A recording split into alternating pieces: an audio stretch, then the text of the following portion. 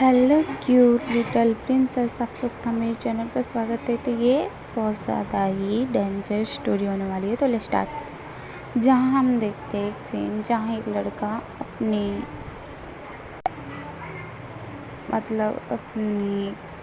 एक हाथ में बंदूक पकड़ी थी और अपने पॉइंट करेला था। वो लड़का अपने दिमाग पर सिर के पास पॉइंट करके रखा था उसने बंदूक, और वो कह रहा था कि उसे बुलाओ और मेरे से शादी करवाओ, तभी मैं नहीं मरूंगा। मतलब तभी मैं ना बंदूक नहीं चलाऊंगा मैं खुद पर, वरना मैं मर जाऊंगा। सारे लोग डर रहे थे और काफ़ी ज़्यादा कह रहे थे प्लीज़ मत करो ऐसा प्लीज़। और तुम्हें वो जानता भी नहीं है, वो तो मना ही कर देगा। बट वो लड़का मान नहीं रहा था।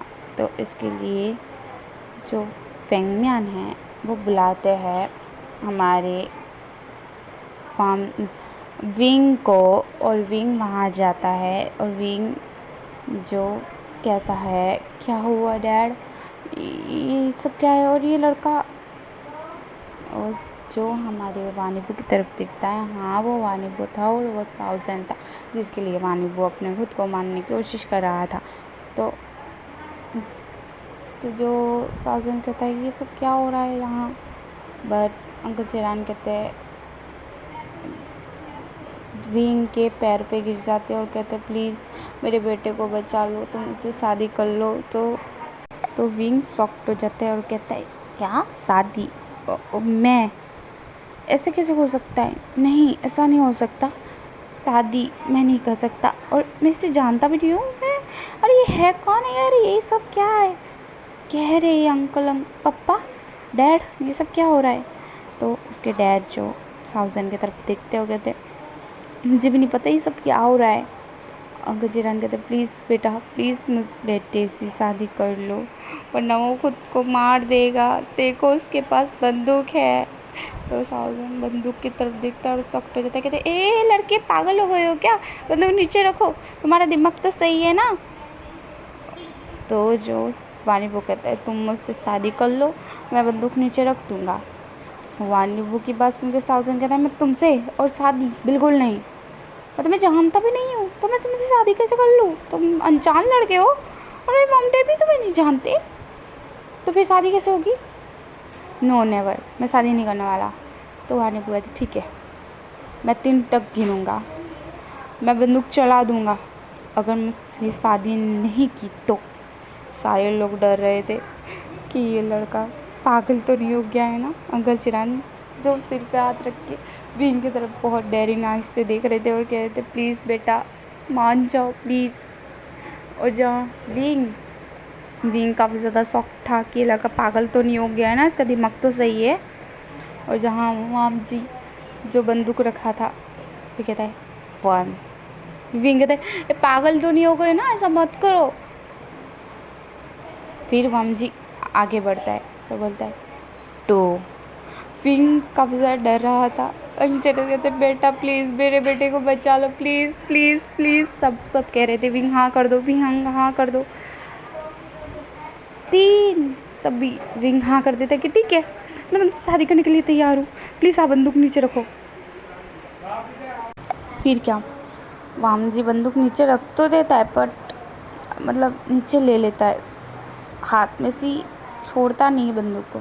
तो जो साउजन कहता है कि बंदूक छोड़ दो, तो वाम जी कहता है बेवकूफ़ समझा मुझे, तुम मुझसे शादी करोगे और हाँ शादी नहीं की तो मैं मर जाऊंगा उसी टाइम।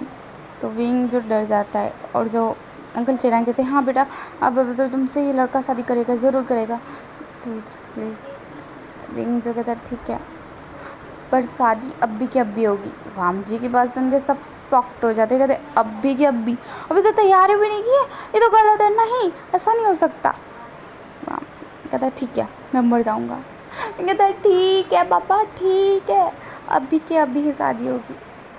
और अंकल चिरान और फेंगम्यान दोनों मिलके तैयारी कर लेते हैं। फिर क्या, वाम विंग नीचे आ जाता है और तभी वामजी आता है नीचे। वामजी बहुत ज़्यादा हैंडसम लग रहा था, विंग उसे देख रहा था, बट विंग को कोई फ़र्क नहीं पड़ रहा था। विंग को गुस्सा आ रहा था, ये सब क्या हो रहा है, इसके साथ ज़बरदस्ती हो रही है, ये तो गलत है। फिर वामजी आता है, विंग के डैड जो फेंग मियान कहते हैं, जाओ विंग लेके आओ अपने हस्बैंड को, अपनी वाइफ को मतलब। तो विंग जो जाता है और वामजी के सामने हाथ बढ़ाता है, तो वामजी अपना हाथ विंग के हाथ में दे देता है। इसके बाद वामजी को विंग ऊपर स्टेज पे लेके आता है और वो जो फादर थे वो दोनों को कहते हैं कि मिस्टर लिन वामजी, आप विंग फेंग विंग को अपना हस्बैंड मानने के लिए तैयार हो। वामजी जो हाँ में सिर हिलाता है, यस फादर बोलता है। फिर विंग को भी पूछते हैं और विंग भी यस बोलता है।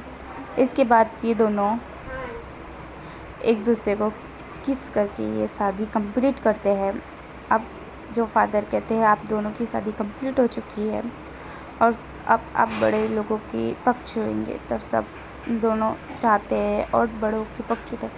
विंग भी होता है और वामजी भी, और इनकी नाइट का टाइम आ जाता है। नाइट को वामजी बैठा था बेड पर और विंग जो आता है देखता है वामजी बैठा है बेड पर और वो देखता है बंदूक भी उसके बाजू में ही है। और विंग काफ़ी ज़्यादा डर रहा था कि या अल्लाह। विंग जो काफ़ी ज़्यादा ही नर्वस था कि ये सब क्या हो रहा है, ये सब थोड़ा अजीब है, इतनी जल्दी शादी, ये सब। अब इनकी नाइट का टाइम आ गया, अब क्या बोलेंगे विंग।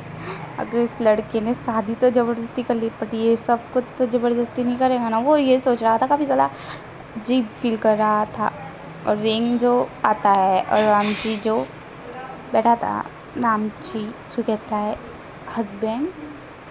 विंग को तो जैसे कि सख्ती लग गया था, क्योंकि विंग जो वॉशरूम के लिए जा रहा था कपड़े लेके फ्रेश होने, बट वामजी की ये वॉइस सुन के तो काफ़ी ज़्यादा सॉफ्ट हो जाता है विंग और पीछे मुड़ के देखता है, हस्बैंड आप मेरे साथ कुछ करोगे नहीं ना। ज़्यादा लॉयल वॉइस में कह रहा था और जिससे विंग को थोड़ा सा अजीब लग रहा था और काफ़ी ज़्यादा ही हॉट फील जैसा हो रहा था, क्योंकि बहुत ज़्यादा वो वॉइस इतनी अच्छी थी और इतनी प्यारी थी और ऊपर से वो काफ़ी ज़्यादा ट्विस्ट वॉइस थी, जैसे कि टीज करते हैं ना गर्ल बॉय को, तो वैसे ही ट्विस्ट कर रहा था विंग को वामजी।